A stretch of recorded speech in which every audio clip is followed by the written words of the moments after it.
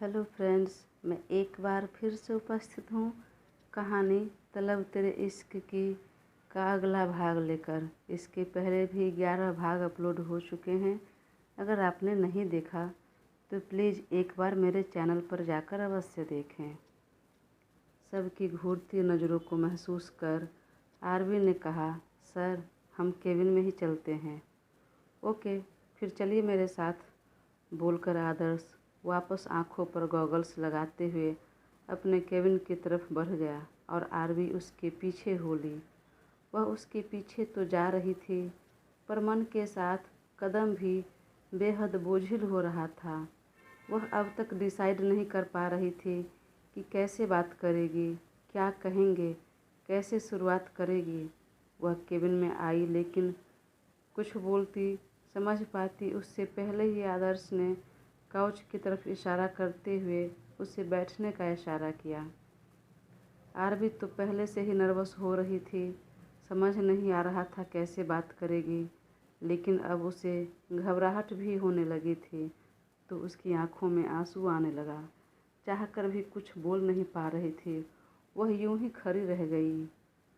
तब आदर्श ने उसकी बाँह पकड़ अपने चेयर पर बिठा दिया और खुद घुटने पर आ गया और गॉगल्स उतार कर एकटक आरवी की आंखों में देखने लगा। तो नर्वसनेस के कारण आरवी ने तुरंत आंखें कसकर बंद कर ली और सिर थोड़ा झुका लिया। आरवी, ऊपर देखो और कहो क्या कहना था तुम्हें। पर वह कुछ नहीं बोल पाई, बस अपना दुपट्टा को उंगलियों में घुमाती रही। तो आदर्श ने कहा, ठीक है, अगर तुम्हें कुछ नहीं कहना तो तुम मेरी बातें सुन लो, लेकिन पहले मेरी तरफ देखो, उसके बाद ही मैं बोलूँगा। तब आरवी ने अपनी आंखें खोली और धीरे से आदर्श की तरफ देखा। नज़र उठाकर आदर्श की आंखों में हजारों इमोशंस थे, सिर्फ प्यार ही प्यार नज़र आ रहे थे। आरवी की धड़कनें ठहरती महसूस हुई, दिल को एक सुकून सा मिला। आरवी कुछ देर पहले घबरा रही थी, थोड़ा डर लग रहा था कि ना जाने वह क्या कहेंगे, पर उसकी आंखें तो कुछ और ही कह रही थी, कुछ और ही दिख रहा था, जिससे उसका नर्वसनेस भी कम हो गया और घबराहट भी ख़त्म हो चुकी थी। क्या हुआ, कुछ बोलना भी है या यूं ही एकटक देखना है सिर्फ? तो आरवी ने धीरे से कहा, सर पहले आप खड़े हो जाइए, यूं नील डाउन करके मत रहिए, आपके घुटने में दर्द होने लगेंगे। आरवी के प्यार में डूबा आदर्श उसकी इतनी सी बातें सुनकर, यह फिक्र देखकर खुशी का ठिकाना नहीं रहा। दिल बलियों उछलने लगा। जी तो कर रहा था अभी उसे बाहों में भर लूं, खूब प्यार करूं। इसे मेरी फिक्र हो रही है, मतलब कहीं ना कहीं दिल में कुछ तो है। लेकिन फ़िलहाल अपनी बेलगाम खुशी पर लगाम लगाया और खुद को सामान्य करते हुए कहा, नहीं, मैं घुटने पर ही ठीक हूँ। अगर अपने पैरों पर आ गया तो मुझे आपसे बात करने के लिए बहुत झुकना पड़ेगा। तो ठीक है ना सर, मैं उठ जाती हूँ, हम खड़े होकर ही बात कर लेते हैं। नहीं, आप यूं ही बैठे रहिए, मैं काउच पर बैठ जाता हूँ, बोलकर वो आरवी के चेयर को उसके सहित ही खींच लिया और खुद काउच पर बैठकर फिर से उसके चेहरे के पास जाकर धीरे से बोला, आरवी पहले आप मेरी पूरी बातें सुन लीजिए, उसके बाद आपको जो कहना है, जो बोलना है, बोल देना। ठीक है सर, पर पहले मेरी बात सुन लीजिए ना। नहीं, अब मैं पहले अपनी बात कहूँगा। वह उसके कान के पास जाकर धीरे से बोला तो उसकी गर्म सांसें उसके कानों से टकराई, जिससे आरवी के दिल में एक हलचल सी मची। उसकी आंखें अपने आप बंद हो गई। अब तक की लाइफ में पहली बार कोई लड़का उसके इतने करीब आया था और उसकी करीबी कहीं न कहीं उसे अच्छी भी लग रही थी। उसकी आंखें बंद देखकर आदर्श मुस्कुरा उठा। जी में आया कि अभी उसका माथा चूम लूं। वह आगे बढ़ा भी, लेकिन कुछ सोचकर फिर पीछे हटा और उसके कंधे पर हाथ रख दिया। वह कुछ बोलता उससे पहले आरवी ने आंखें खोली और आश्चर्य से आदर्श को देखने लगी और अपने कंधे पर उसके हाथ एक नज़र देखकर जरा हकलाते हुए बोली, सर। आरवी प्लीज़ मेरी बातें सुन लो, जो भी कहना है कह देना और प्लीज़ मेरी बातों पर भरोसा करना। आज मैं जो भी बोलने जा रहा हूँ बिल्कुल सच बोलने जा रहा हूँ। तुम्हें पता है अब तक की लाइफ में तुम पहली लड़की हो जो मेरे दिल के इतने करीब आई है और जिनके इतने करीब मैं आ चुका हूँ। पता है उस दिन जब सड़क किनारे पहली बार हल्की सी झलक देखी और फिर रोड पर दूसरी बार, तो दिल में एक हलचल सी हुई। काबू करने के बाद भी धड़कनें बेकाबू हो रही थी। ऐसा लगा कि मानो मेरा दिल, मेरे इमोशंस, मेरी सोच, इस सब पर मेरा काबू नहीं है। सभी आउट ऑफ कंट्रोल हो रहा है। यहाँ तक कि मैं अपने काम को लेकर हमेशा डेडिकेटेड रहने वाला इंसान फोकस नहीं कर पा रहा था। तुम्हें देखने को बार बार दिल करने लगा और इसलिए मैंने तुम्हारे बारे में बहुत पता भी किया। और जब तुम नहीं मिली तो बहुत बेचैन हो गया, बहुत परेशान हो गया। और करीब हफ्ते भर बाद जब तुम्हें कैफ़े में देखा तो आँखों को बहुत सुकून मिला। धड़कन ठहरती महसूस हुई। मेरी बेचैनी, परेशानी अपने आप कम हो गई। अपने आप काम में मन लगने लगा और अब सब रंग बिरंगी दिख रही थी। मैं जिधर देखूं उधर ही मानो सब कुछ कलरफुल दिख रहा था। यह पेड़ पौधे, पत्ते, हवा सब बेहद सुकूनदायक लगने लगा।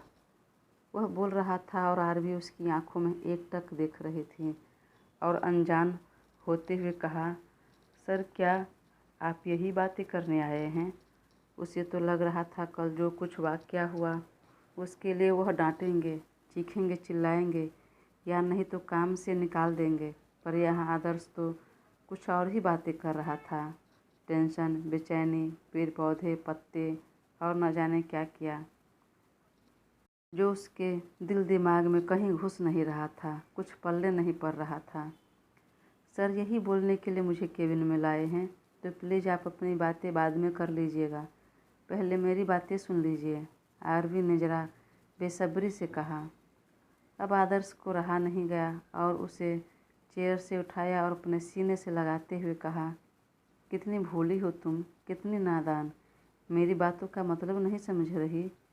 प्यार हो गया है मुझे तुमसे, पहली नज़र का प्यार, और मेरी फीलिंग्स, मेरे इमोशंस सब सच्चे हैं।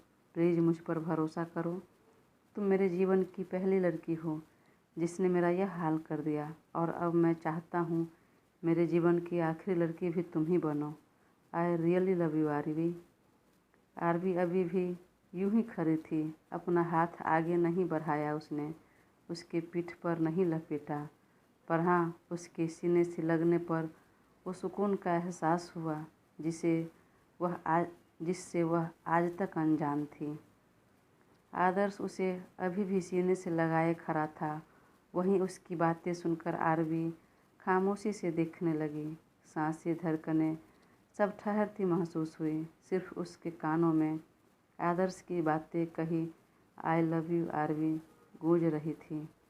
वह कुछ नहीं बोल पाई क्योंकि ऐसा कुछ होगा इसका तो उसने कल्पना भी नहीं की थी और वह क्या बात करने आई थी यह भी भूल गई। सिर्फ उसकी दोनों आँखों से मोतियों जैसे मोटे मोटे आंसू गाल पर लुढ़कने लगे। जब उसकी आंसुओं से आदर्श के शर्ट गीले होने लगे तो उसे अपने से दूर किया और पॉकेट से रुमाल निकालकर उसकी आंसू पोंछते हुए कहा, किस बात का तुम्हें डर लग रहा है? इसलिए कि तुम्हें मुझ पर भरोसा नहीं हो रहा? बस इसलिए कि तुम गरीब हो और मैं अमीर हूँ? अरे मुझे उससे कोई फ़र्क नहीं पड़ता। आरवी की आंखों में और आंसू आने लगे। अपनी बड़ी बड़ी पलकों को झटक कर आदर्श की तरफ देखने लगी तो आदर्श ने उसके कंधे पर हाथ रखते हुए कहा, हाँ मेरी जान, हाँ मुझे वाकई फ़र्क नहीं पड़ता कि तुम कौन हो, कहाँ रहते हो, तुम्हारे माँ बाप कौन हैं, तुम्हारे आगे पीछे कौन है, तुम अमीर हो या गरीब, तुम्हारी हमारी जोड़ी मैच हो रही है या नहीं, कुछ नहीं। बस मैं इतना जानता हूँ कि तुम वो लड़की हो जिसे मुझे पहली नज़र में प्यार हो गया। उसने अपने जीवन में लाना चाहता हूँ। जीवन बिताने का ख्वाब जो देख रहा हूँ उसे पूरा करना चाहता हूँ। तो मैं तुमसे यही कहूँगा कि मुझ पर एक बार यकीन करो। आई प्रॉमिस आखिरी सांस तक साथ नहीं छोड़ूंगा। अब से तुम्हारे दुख तकलीफ, तुम्हारी परेशानी, तुम्हारा मान सम्मान सब हमारा है। कभी तुम्हें यह अफसोस नहीं होने दूंगा कि तुमने एक गलत लड़के को चुन लिया। जानती हो, तुम्हें देखने से पहले तक मुझे इश्क, प्यार, मोहब्बत को सब टाइम वेस्ट और फालतू समझता था, लेकिन जब से तुम्हें देखा है, सच कहता हूँ, इश्क की तलब क्या होती है पता चला मुझे।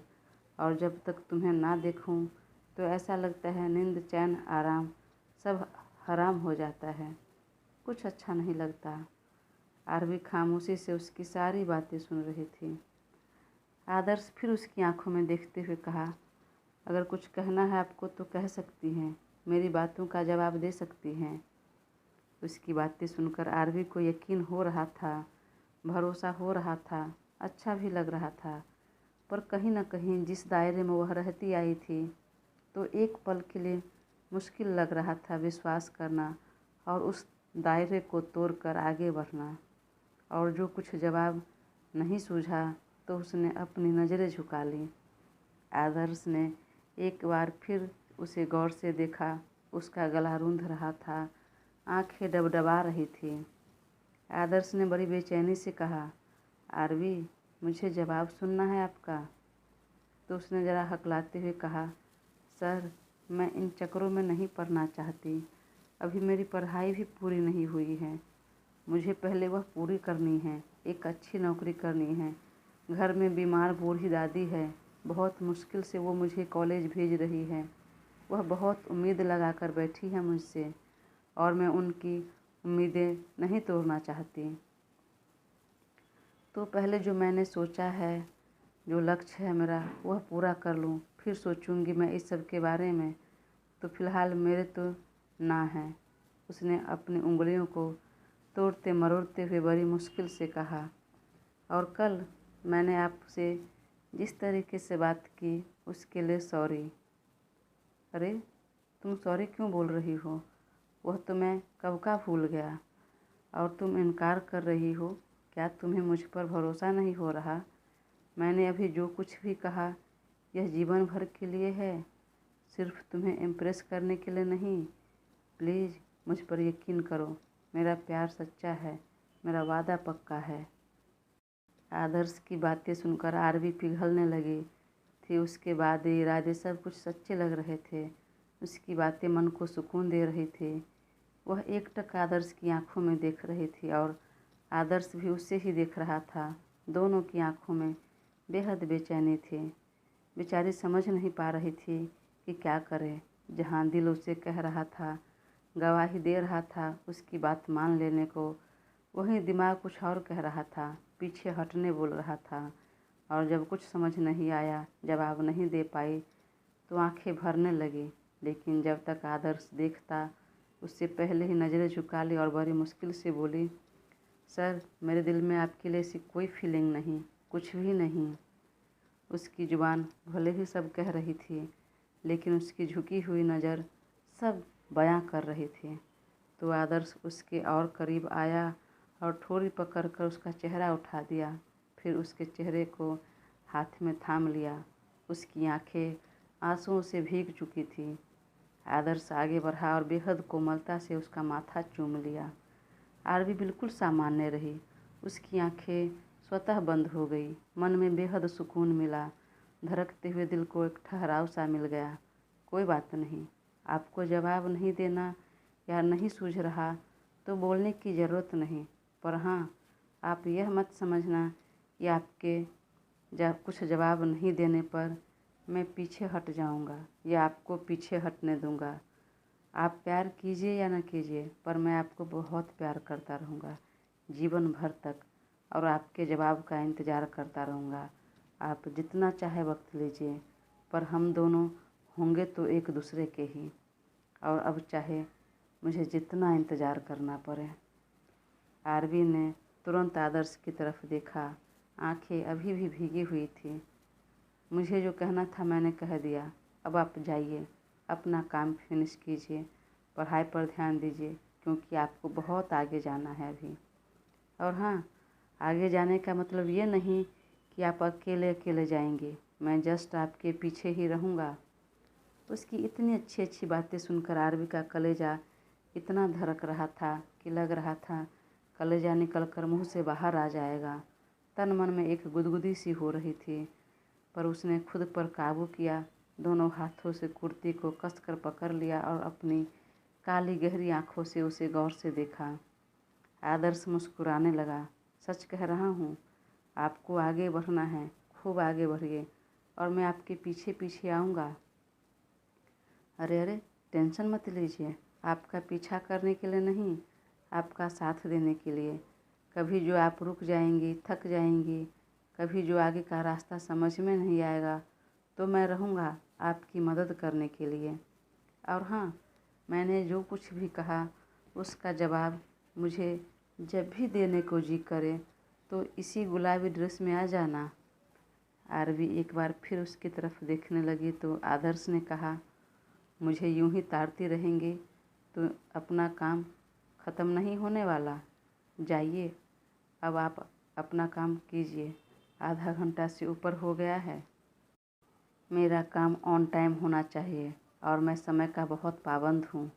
और मैंने जो कहा कि आगे बढ़ने में आपका साथ दूंगा, तो इसका मतलब अब ये नहीं कि केबिन से निकलने में भी आपका साथ दूंगा। जाइए, खुद से जाइए, अब हर वक्त मेरी आदत डालना भी ठीक नहीं।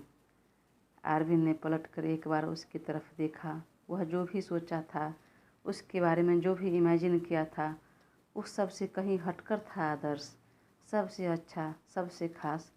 और फिर आंखें आंसुओं से भरने लगीं तो आदर्श ने मजाकिया लहजे में कहा, ओ माय गॉड, कितना रोती हैं आप। मुझे तो लगता है आपकी आंखों के पीछे कहीं भगवान ने आंसुओं की टंकी तो नहीं फिट कर दी है। सुनकर आरवी की आंखें और छलक गई तो आदर्श ने झट से कहा, नहीं, अब और मैं अपना रुमाल नहीं देने वाला। तब से आंसू पोंछते पोंछते पूरा रुमाल गीला कर दिया आपने। अब अपना स्कार्फ को ही गीला कीजिए। रोते रोते आरवी हंस पड़ी और अपने दोनों हाथों से आंसुओं को पोंछने लगी। जी तो कर रहा था अभी कसकर सीने से लग जाऊं, पर उसने ऐसा नहीं किया और तुरंत केबिन से बाहर निकल गई। आदर्श पीछे से उसे जाते हुए देखता रहा और फिर अपने चेयर पर आकर बैठ गया। आरवी भी बाहर निकली और अपने चेयर पर बैठकर वापस काम करने लगी, लेकिन काम में मन नहीं लग रहा था। आदर्श की कही सारी बातें कान में एक एक कर गूंज रही थी और काफ़ी कोशिश करने के बाद भी कीबोर्ड पर उंगलियां नहीं चल रही थी, बार बार रुक रही थी। वहीं काम कर रहे बाकी एम्प्लॉय उसे ही देख रहे थे, बातें कर रहे थे, तो आरवी और काम नहीं कर पा रही थी। तभी सिद्धि आई और कहा, बोल दिया सॉरी, मांग ली माफ़ी। आरवी ने सिद्धि की तरफ देखा पर कुछ जवाब नहीं दिया तो सिद्धि ने कहा, क्या हुआ, तुमने अपनी बातें कही कि नहीं? तो पिछले आधे घंटे से केबिन में क्या कर रहे थे, वैसे बता, क्या बातें हुई? अरे कितना बोल रही है यार, काम करने दो ना। और क्या बातें हुई तुम्हें क्यों बता दूं? क्योंकि मैं तुम्हारी सहेली हूँ, मुझे नहीं तो किससे बताएगी? और ऐसी क्या बातें हुई जो तुम मुझसे छुपाने लगी? मतलब कुछ तो सीरियस है, वैसे बोलना। आदर्श खन्ना को जीजू कब से बुलाना शुरू करूं? देख, अब ज़्यादा बोल रही है और जैसा तू सोच रही है ऐसा कुछ भी नहीं है। बोलकर आरवी नज़रें नीची कर ली और अपना काम करने लगे तो सिद्धि ने उसके कान में धीरे से गुनगुनाया, तेरी झुकी झुकी नज़रें कमाल कर गई। मैंने पहले ही कहा था वह आदर्श खन्ना है, ना तो खुद पीछे हटेंगे ना तुम्हें हटने देंगे। देख, फालतू बकवास मत कर, तू जा यहाँ से और मुझे अपना काम करने दे। बोलकर अपना सिर झुकाकर काम करने लगी तो सिद्धि ने फिर कहा, इश्क छुपता नहीं छुपाने से।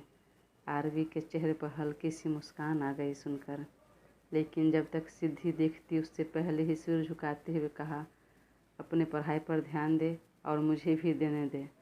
चुप कर और यह ज्ञान की बातें करना बंद कर।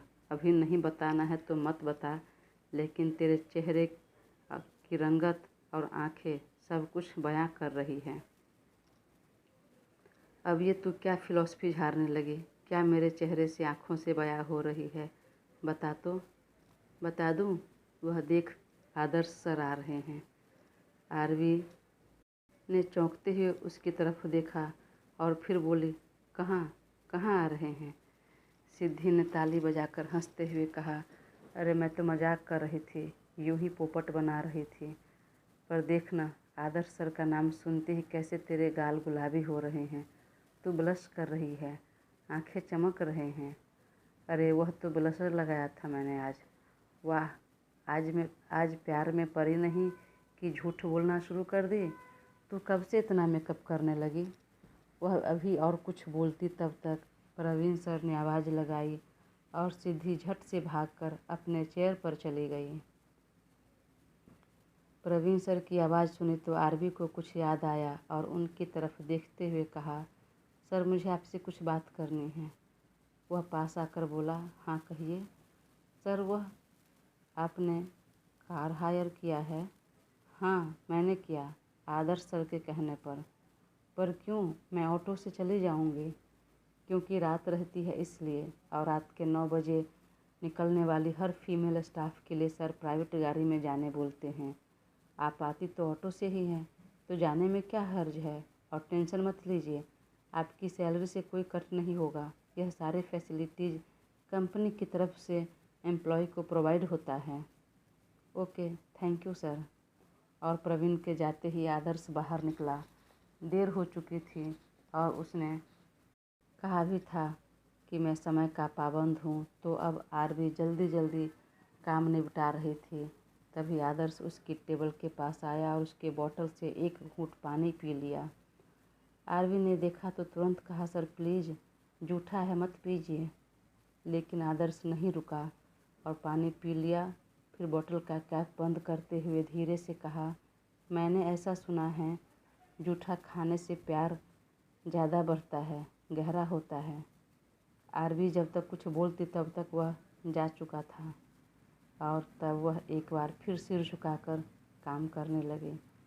और उस दिन जब वह सिद्धि के साथ ऑफिस से निकलने लगी तो जस्ट उसके पीछे आदर्श भी आया और आरवी की तरफ देखते हुए कहा, बैठिए, अपनी कार से छोड़ देता हूँ मैं। नहीं सर, मैं चली जाऊँगी। और साथ में यह भी तो है, सिद्धि की तरफ इशारा करते हुए बोले कि ये तो अकेली हो जाएगी फिर। आरवी मैडम, मैं आपको आपके ही घर छोड़ रहा हूँ, अपने घर लेकर नहीं जा रहा। तो यह अकेली क्यों पड़ जाएगी, और आप दोनों को एक साथ छोड़ देता हूँ। आइए बैठिए। लेकिन सर, कार तो आएगी ना? आदर्श ने अब की बार अपने हाथ बालों में फिराते हुए कहा, कार तो आएगी ही, पर आप बेकार में क्यों बहस कर रही हैं? चलिए बैठिए। तो सिद्धि ने मुस्कुराते हुए धीरे से कहा, चलना बैठ जाते हैं, आज तक कभी मर्सिडीज में नहीं बैठे हैं। चलना बैठकर देखते हैं कैसा फील होता है। तो आरवी भी आगे ज़्यादा कुछ नहीं बोली और जाकर बैठ गई। रास्ते में आदर्श ने आरवी से तो ज़्यादा कुछ बातें नहीं की, पर सिद्धि से उसकी पढ़ाई लिखाई के बारे में पूछता रहा।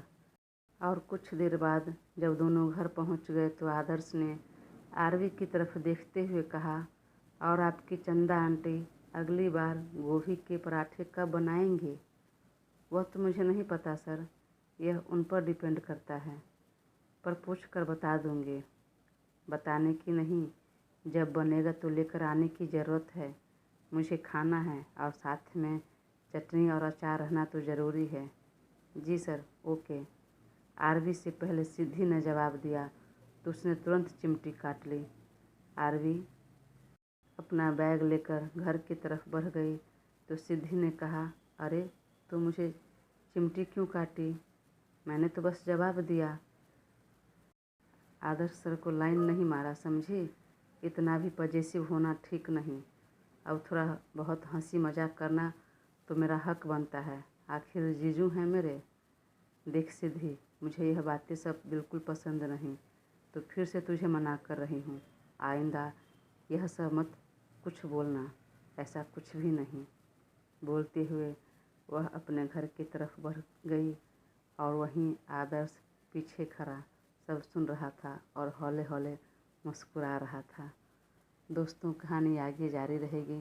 प्लीज़ अपना साथ बनाए रखें और चैनल को सब्सक्राइब कर मुझे ज़रूर सपोर्ट करें। Thank you.